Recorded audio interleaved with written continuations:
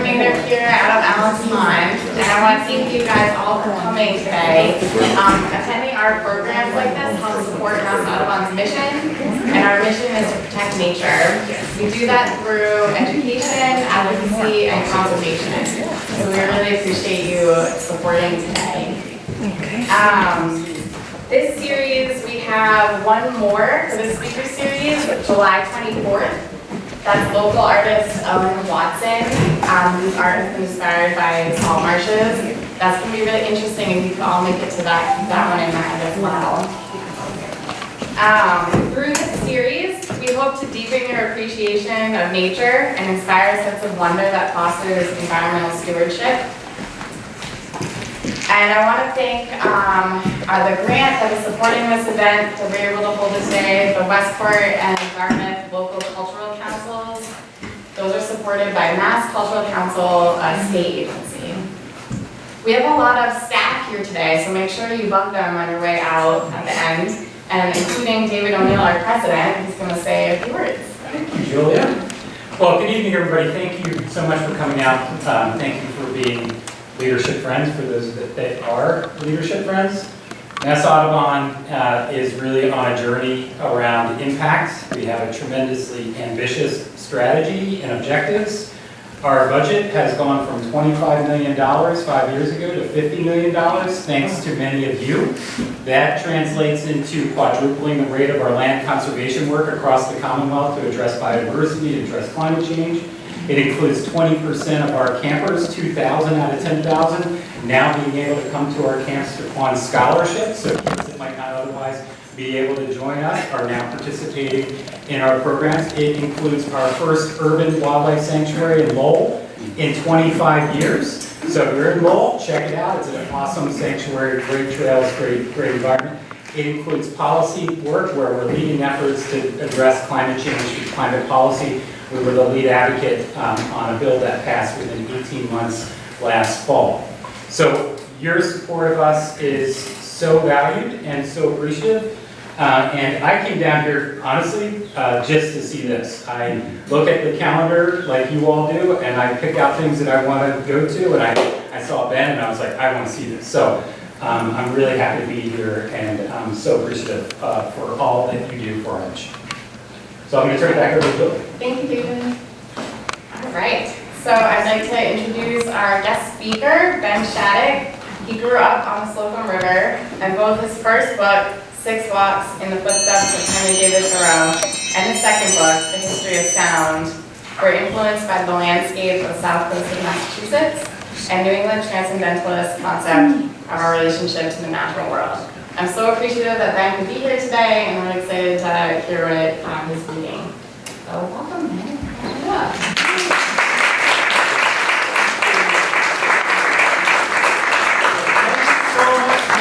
Everybody here, the first two speakers, okay? I have this microphone, but not this one, which is such a, it looks like a little toy or like a really big fur ball stuck to me, but apparently it's, is this okay? Perfect. Okay, yeah. But when you like have a microphone and books, it's kind of like a circus act, so great. I'm glad everybody can hear me. Yeah, how should I start? I went to college for fine arts. I was a typical 18-year-old boy and thought I was applying to the architecture school at Cornell, and by mistake applied to the art school. And when I got in, I thought, well, okay, I'm ready for college. And so my dad was a painter, and I grew up with landscape painting. On the floor, the smell of turpentine still reminds me of homework. Of my dad's studio after school, and understanding at a very early age things that you might learn in art education, how negative space works as you look across a marsh and see light filtering through the trees, how perspective works, how a sunset rakes across a certain space and its dimensionality. That was just the education I had as a very little kid growing up in my dad's studio, and I took that to Cornell, but because an art degree, sorry all the artists in the room, well, I was one of them, isn't a real degree, it's, it's quite easy. So I spent most of my time with Cornell Lab of Ornithology. And then after Cornell, went to research stations, did Arctic tern research with New Hampshire Audubon and Gulf of Maine, tree swallow research in Ithaca, and then common eider research, and then finally to the Carmel Valley. And this is a time which we all had, but I was in the Carmel Valley in 2007, let me think, no, 9-10 in California. It's Berkeley's research station. It's a beautiful place with live oaks everywhere. And nobody had cell phones or, internet. So in the evenings, bird work is done really early on. In the evenings, I have all this time to myself, and I just, at this beautiful research station, it's rolling hills in California, and I started writing short stories. And because I'd always loved literature, and it was like a bell I had finally been told, and I knew what I should be doing with the rest of my life, because we all love the scientists, but working with Excel spreadsheets, inputting what chicks hatched when is very hard. Okay, I thought I would start this talk with, I was trying to figure out what I'd call them, but maybe Thoreauvian incantations. I always hated Thoreau when I was in high school and college. I thought he was a misanthropic, sexist, academic, just full of himself writer. I never got it. I never understood it. And now I see that no English teacher should assign Henry David Thoreau to any high school. I really think it's something that you should maybe wait and come upon by yourself, because when I finally got to him, this is the book that I first read, it just knocked me to the ground. Henry David Thoreau is really one of the greatest treasures we've ever had pass through this earth. And I got to know it by his journals. And so I thought today, sometimes I just turn to a page of the same day, but in the 1800s. So this is, and it sends a shiver down my spine how accurate it is and how you can really feel like you're touching something deep in time. So this is the same day, today, in 1854. Awake today to gentle rain, very much needed. None to speak of for nearly a month. The cooler, stiller day has a valuable effect on my spirits. It holds up from time to time, and then a fine, misty rain falls. It lies on the reddish tops of some grasses, thick and whitish like morning cobwebs. The stillness is so soothing. This is summer rain. The earth is bedewed. There is no storm or violence in it. Health is a sound relation to nature. As my eye rested on the blossom of meadowsweet on the hedge, I heard the note of an autumn cricket and was penetrated with the sense of autumn. Was it a sound or a form, or was it a scent, or was it a flavor? It is now the royal month of July. So you can imagine coming across that in that lightning throw. And I just have another passage that I'm trying to segue. I'm also trying to keep an eye on the time. Put this clock right here. I'm trying to segue into how writing, and especially fiction writing, connects to a sense of nature writing. And I think one of the things that Henry David Thoreau does so magnificently in a lot of nature writing misses is he involves the human body and human experience. And he sees that when you walk out into, it's amazing to hear about, is it Lowell? Yeah. When you just, you stop pretending that nature isn't what it's not, that there are people filtering through the landscape, that there's interactions, that there's farmers' fields. And Henry David Thoreau creates a sense of belonging for so many people, and especially himself. And this is another passage that really struck me that I'll relate to in some of my other writing. This is July 9th, 4 a.m. He was an early riser. Bathing is an undescribed luxury. To feel the wind blow on your body, the water flow on you and lave you. It is a rare physical enjoyment this hot day. The water is remarkably warm here, especially in the shallows, warm to the hand, like that which has which has stood long in a kettle over fire. The pond water being so warm made the water of this brook feel very cold, and this close to the bottom of the pond for a good many rods about the mouth of the brook, as I could feel with my feet. And when I thrust my arm down, where it was only 2 feet deep, my arm was in the warm water of the pond, but my hand in the cold water of the brook. So we always get a sense of his body in nature, experiencing nature, being filtered through nature. And then finally, one last Thoreauvian incantation, as I consider people in landscape and the timelessness in landscape. And that note, that timelessness, I mean, it's not why I say it sometimes as a shiver down my spine. I mean, he literally describes today, but in the 1870s with that gentle rain.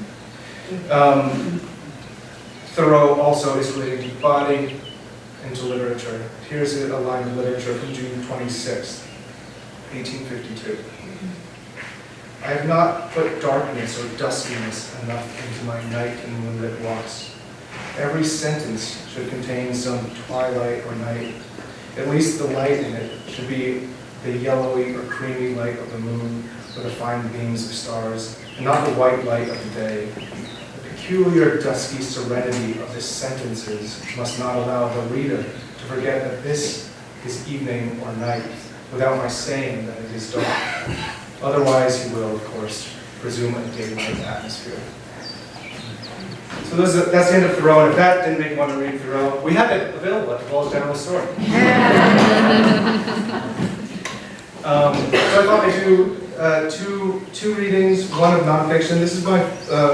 This book came out in 2022. It's called 6 Walks in the Footsteps of Henry David Thoreau,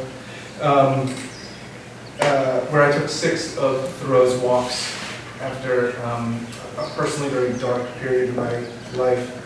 And just felt like I wanted somebody to tell me what to do or where to go. And I'd recently fallen in love with Thoreau, so I thought, I'll just follow this person from 170 years ago.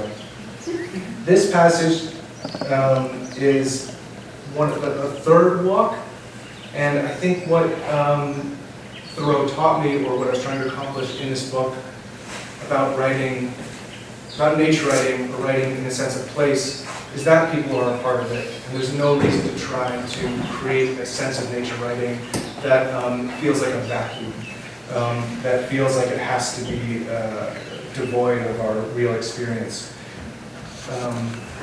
So this is a passage that I think incorporates how you might encounter people on the trail or in a landscape that is otherwise really pristine. On top of Watchers Mountain, sorry, one last thing, because this is a part of, there's names of people at the end of this, and those are people that I've come across in earlier walks. Is that it? Yep, top of Watchers Mountain. That's why you hear a chair. Everybody knows it. Yes? Bit louder, please. Bit louder. Use the microphone? Yeah. Yes. Okay. Okay. Is that better? Yes. Okay, I'll set the clip. Yeah. We got it. I waved goodbye to the birdwatcher and meandered from the summit to the top of the chairlift. The metal chair creaked in the wind, and from there I watched a porcupine amble from a tree's foot, part the grass with its brambly body, and eat the yellow flower. These bristly fellows are a very suitable small fruit for such an unkempt wilderness, wrote Henry David Thoreau of the porcupine. Hearing barking, I turned to see a man pulling a brown and black blotted mutt on a leash. The dog, smelling the porcupine, reared up. Behind the man, 2 boys came running down from the summit and circled in front of the dog. The boys must have been 10 or 11, each holding a stick, their boots and socks and shins mud splattered. Careful, I called to the man, there's a porcupine here. Whoa, he yelled to the dog, yanking him back. But the boys kept running, pounding up the ramp. Where? One of them asked me. I pointed down the hill. They crept forward and sat on the wooden board beside the chair. The 3 of us watched the porcupine graze. One of the boys sat with both legs drawn up to his chest, arms hugging his dirty shins. The other sat cross-legged, enraptured. "I've never seen a porcupine," one of the boys said, so quietly he nearly whispered it. The dog let out a long howl. The father dug his heels into the ground, and the boys knew it was bad. If the dog got to the porcupine, they were also, I think, interested in the possibility of it, by the fact that something painful might happen. And so there was this tension, the dog pulling on the leash and the porcupine softly licking up the stem of a flower, easy in its armor. And between those two animals, the boys, wanting perhaps the dog to break away from their father, waiting to see what would happen when the dog's face punched the porcupine. "Let's go," the father yelled to the boys. One left immediately, rushing towards him, but the other stayed on the chairlift a moment. And again, he said to himself, for whom else could he be talking to, "I've never seen a porcupine."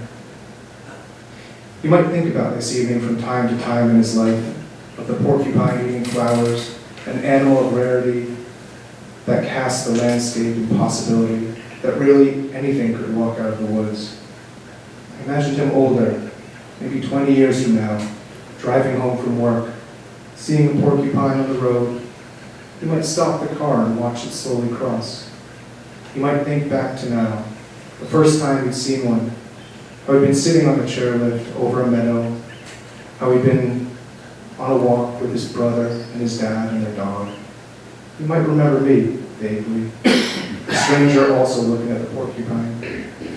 The memory might give him the sensation of his childhood floating back to him, unexpectedly, as my own childhood comes to me whenever I smell skunk cabbage, which grew on the roadside stream bed where my best friend and I used to play.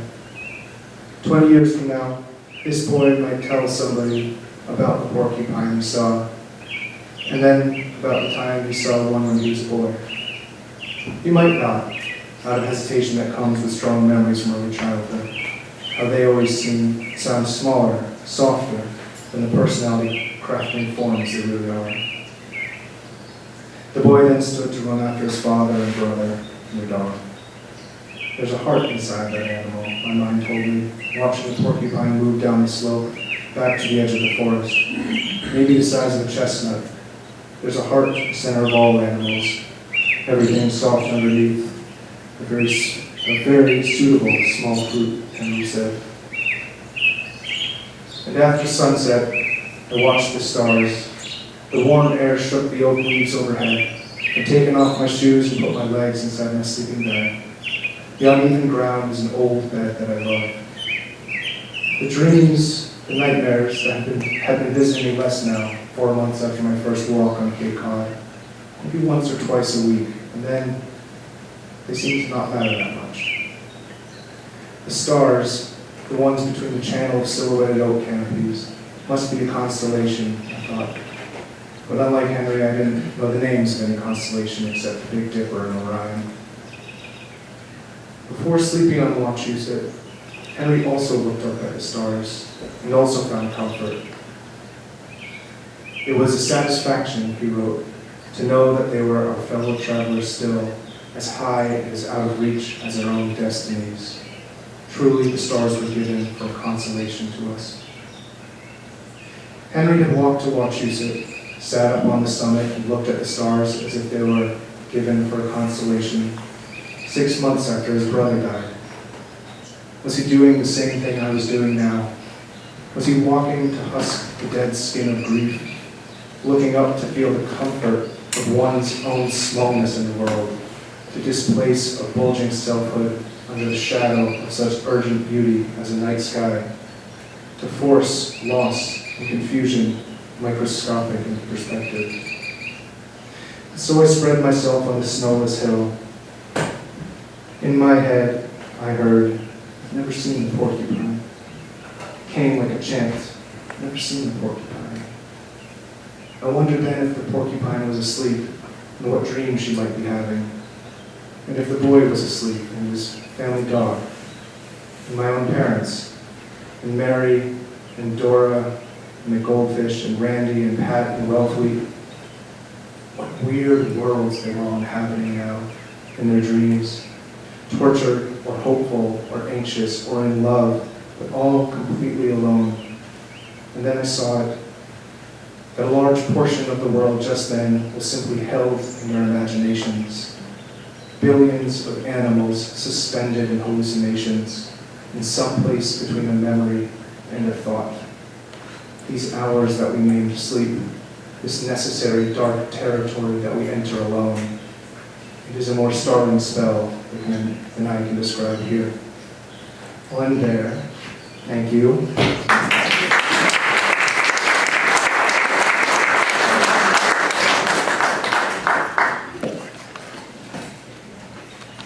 So that could also be called what happens when you go to watch music to get some alone time and 3 people and their dog show up. And a porcupine. Take a thorough lesson if you try to fold it into your understanding. The other thing, I have I write my fictions mostly historical fiction. When I was after art school and then went to the Iowa Writers Workshop, and I always tried to write snappy contemporary fiction, but by page 2 somebody would be picking up a lantern and walking to their horse. So I just accepted the type of writer that I was. And I think it is directly from growing up in this area. I mean, in the late 90s, early 2000s, the hay bales were still coming out as small squares, and so 3 times a summer, 2 or 3 times a summer, everybody around here would stop what they're doing and pile the hay in the barn. And then there were fiddle players, there was contra dances, because I grew up near New Bedford, and you would sea shanties before Christmas carols. It just felt like I had a pretty strong living thread to the 19th century. And I think that's inevitable when you grow up in a place like this. Duck hunting, seems sensitive to say. Go logging. Okay, but I thought I would actually make a path. But okay, so I have many like little hacks for writing historical fiction, and one of those, to not make it too hard, is that set things in really rural places because nature is timeless. If you want to write a story based in 1730 New York City, you better know exactly what sort of lanterns people are using. But if you want to set it on a farm in Cape Cod, the apple trees are going to look pretty much the same. And so that timelessness that I find in nature, I use as much as I can in fiction. Okay, this is just going to be like a minute and a half, and then I'd be happy to have a conversation with you, answer any questions, concerns, address concerns. Okay, so this is from a story called Graft. Last note, this is, if I didn't say it, this scene is when I was walking, is directly from when I was walking at Allen's Pond, Audubon, and when I said it, the feeling of nature. There's obviously the protagonist here is a young woman in the 1880s, but I said it deep in the past. In 1881, when Hope was 20, she stood by the stone wall at the edge of the family's orchard, watching snow fall on the apple trees.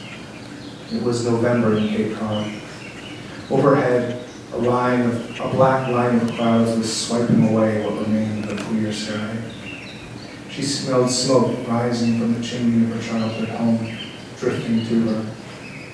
Wood that was burned to weightless ash brought into her lungs the deepest pocket of her body, touched, she imagined, where her soul might live.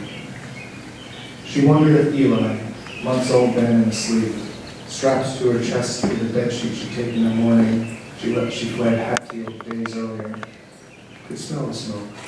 If his infant's mind knew what it was, maybe felt safer by the smell that meant warmth and rest.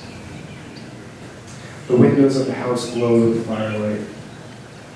Davis, her brother, passed from the kitchen to the fireplace. He walked slowly, carrying something, a pot, dinner. And then his wife Annabelle followed with 2 plates, one in each hand. With the back of her hand, Hope wiped her nose, shifted from foot to foot, rocking Eli. She liked the weight of his small body against her, her silent and screaming companion on a journey that started 100 miles and 5 days back. She envied him, the way he was suddenly held close to her, swaddled and tended, not knowing that he was suddenly fatherless, she was husbandless. The dry snow creaked in the steps she took toward the house, and then away, back to the stone wall, where she sat and waited for a breathing to calm, for a phrase of explanation for why she was home after 4 years gone. It was getting cold. The earth was turning away from the sun. Night would clap overhead. Eli would wake. She would have to knock on the door, give some explanation to Davis and Annabelle why she was carrying a baby, alone, near nightfall, in the middle of winter, without warning, without invitation, without a husband, without money, without.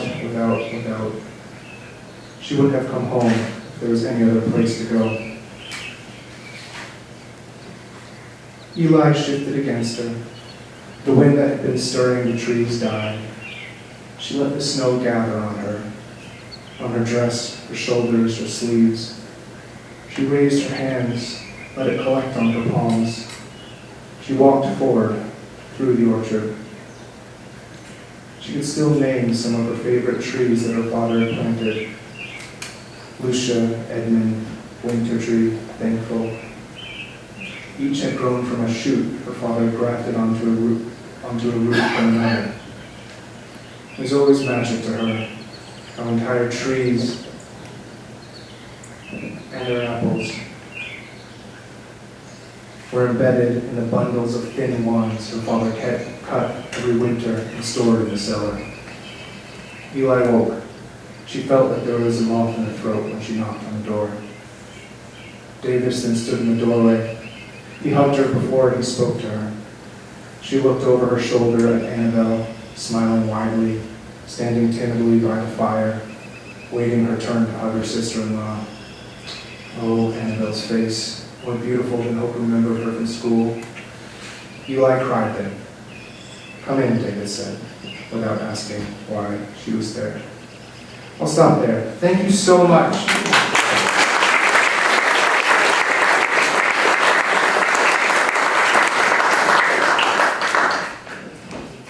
Does anybody have any questions? Anybody have any questions? You wrote about a child and the mother. Did you write this around the time you became a parent, or was there any Yeah. connection to that?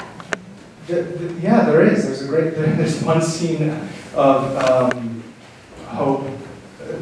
The story is that Hope is a very reluctant mother, and there's a scene of her as she's holding Eli, and maybe some of you who have babies recently can relate to this. I try to remember, this is, my daughter's 4 now, so I can't remember exactly now, but there was a time when I'd be holding her and saying her 12 Days of Christmas like 300 times, trying to get her to bed, and her tiny little fingernails, baby fingernails, are so sharp, and she would reach under and just pinch right here, just over and over, and just, so that was included, and little details like that. I found that, not directly though, I don't know exactly when the stories were written. Often I write a story and return to it later.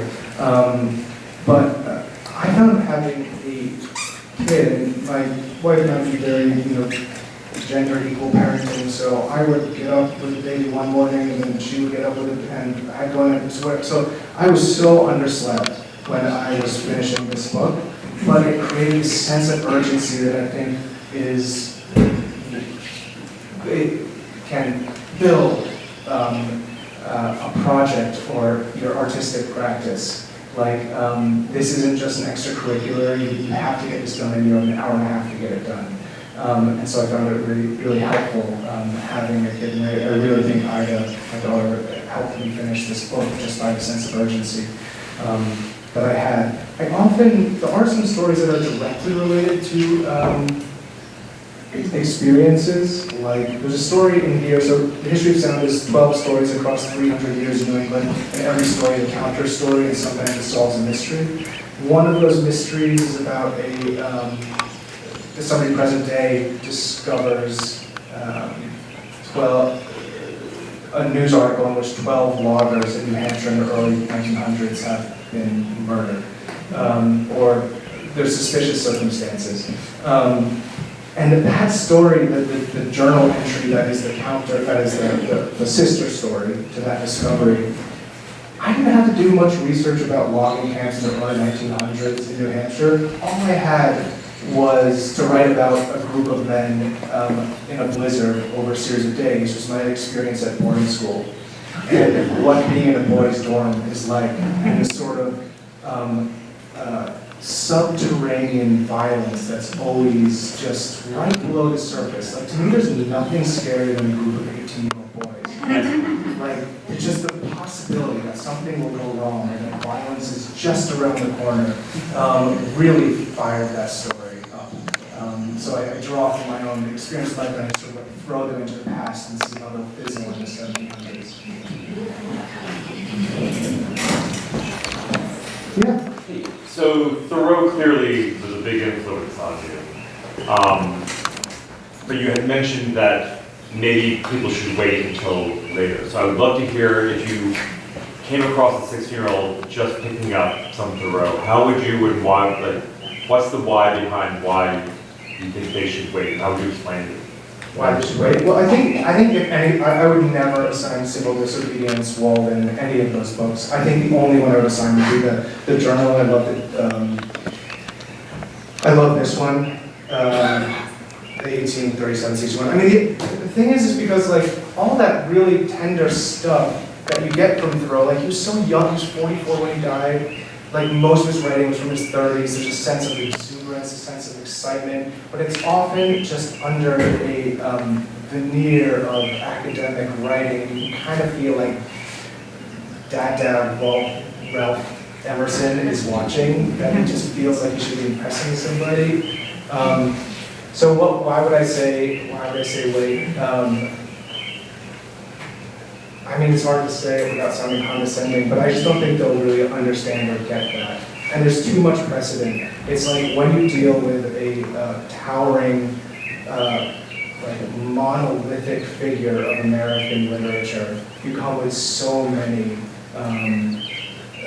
impressions already. I mean, I almost would be more in favor of like to introduce, like with a trickle, I would introduce his writing without his name and just his journal entries. And see, and if you're not impressed by how he describes, like, I mean, you know, when I came across the line, I must accept my life as passively as a willow leaf floating down the stream. It's like there's so much in there that can speak to adolescents today. That it's like, you are not in control. And for him, I mean, always, there's so much that I really envy about Thoreau. But one of the things that is at the very heart of that envy is that if you were born before the 1850s, before Darwin's writing, everybody in this room would believe that there is an afterlife. And that, like, the transcendentalist movement is so tied to that feeling that nature is a lens, and it's a lens to something, it's not the end. And so there's so much purpose in his writing to reveal a sense of divinity. And I really wish, you know, I could feel it being a world that felt that all the time. But I do think you can still, like, glean that sense of purpose that I would think a 16-year-old would really thirst for. That you can sense he's not just going out to a stream as he did and just put his ear to the ground and just listen to it crack. Or that time that he cut flowers one day and put them in a vase, and he said that he just waited all morning in his kitchen until he watched the moment they bloomed. And there is a sense like there's purpose here, but you might not see it right away. Thank you. Yeah, Gina. I have two questions, but I don't want to hog, so I'm going to ask just one, and then if no one else, I will ask next. So, the first question I have is, I don't know how many people know what a fantastic artist you are, of paintings, and like that is, that really speaks to me. Not, I mean, your words do too, but what I recall of your artwork is that it's just stunning. So I'm wondering if you could connect how you approached your art, your painting, Mhm. and make a connection to maybe your writing. I mean, I have a few answers.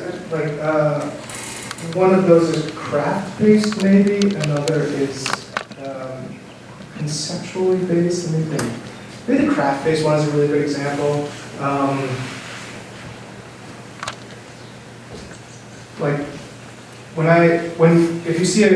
if you look at anything in like the North, in the Italian Renaissance or like the Northern Renaissance tradition, one of the things that's always there is like there's a small drama taking place right in the foreground.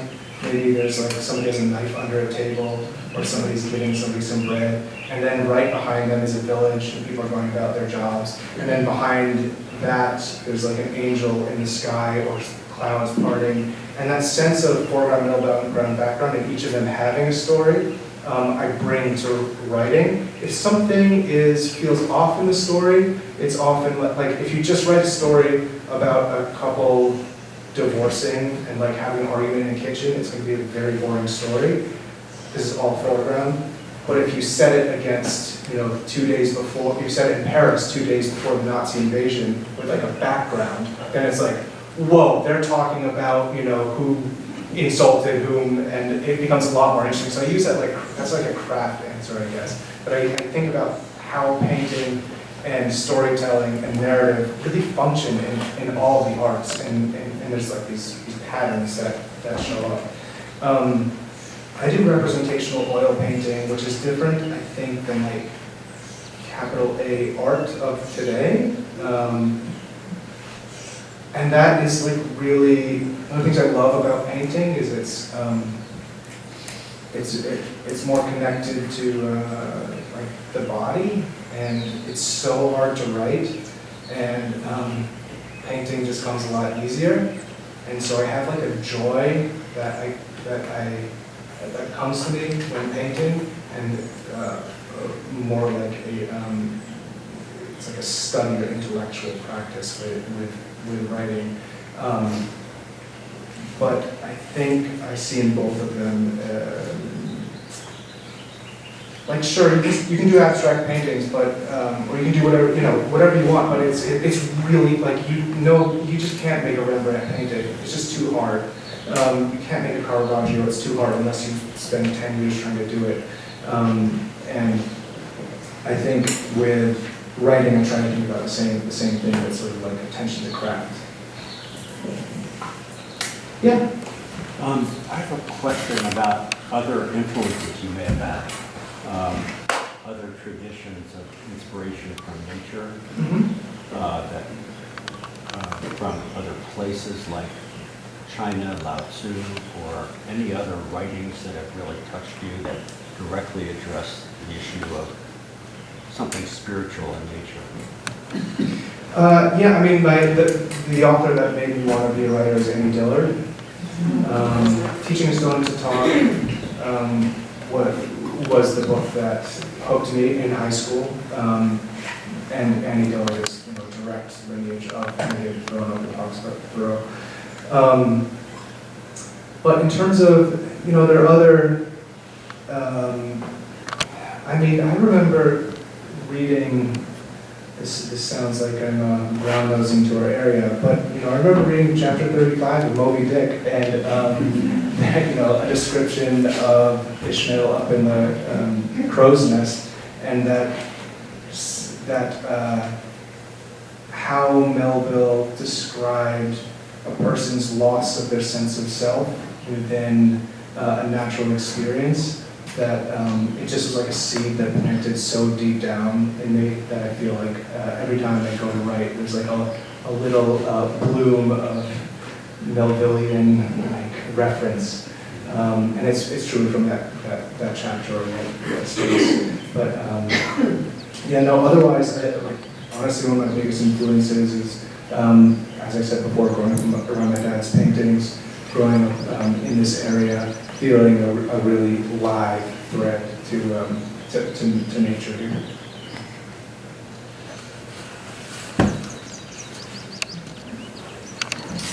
Yeah, maybe one more, and then, yeah. Have you made audio recording, have you narrated your books as audio recording? 'Cause I would love to hear you read it to me.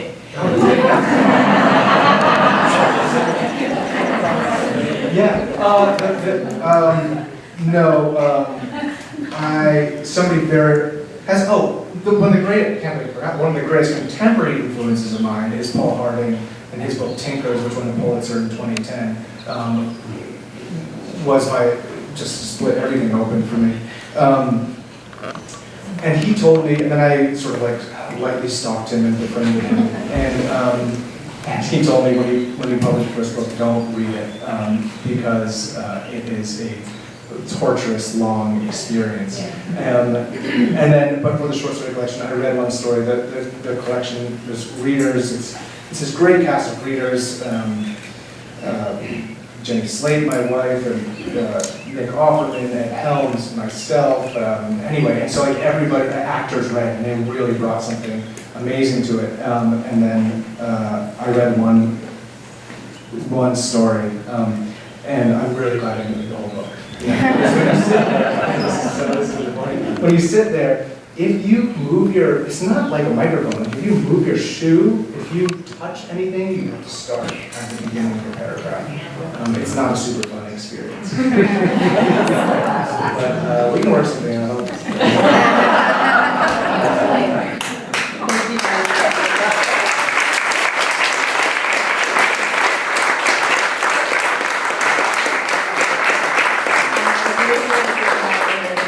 Inspiration, yeah. Your inspiration is really cool. And I did listen to the audiobook, and it's really cool hearing each author or each actor person read a different story, because it gives a different personality to each story. That was really cool. So thank you, Ben, for being here and speaking with all of us. We have Ben's books for sale tonight. They're also for sale at the Balls General Store. And he will do some book signing too. If you'd like to purchase a book, come on up afterwards and we can get that all set up. All right, thank you all for coming.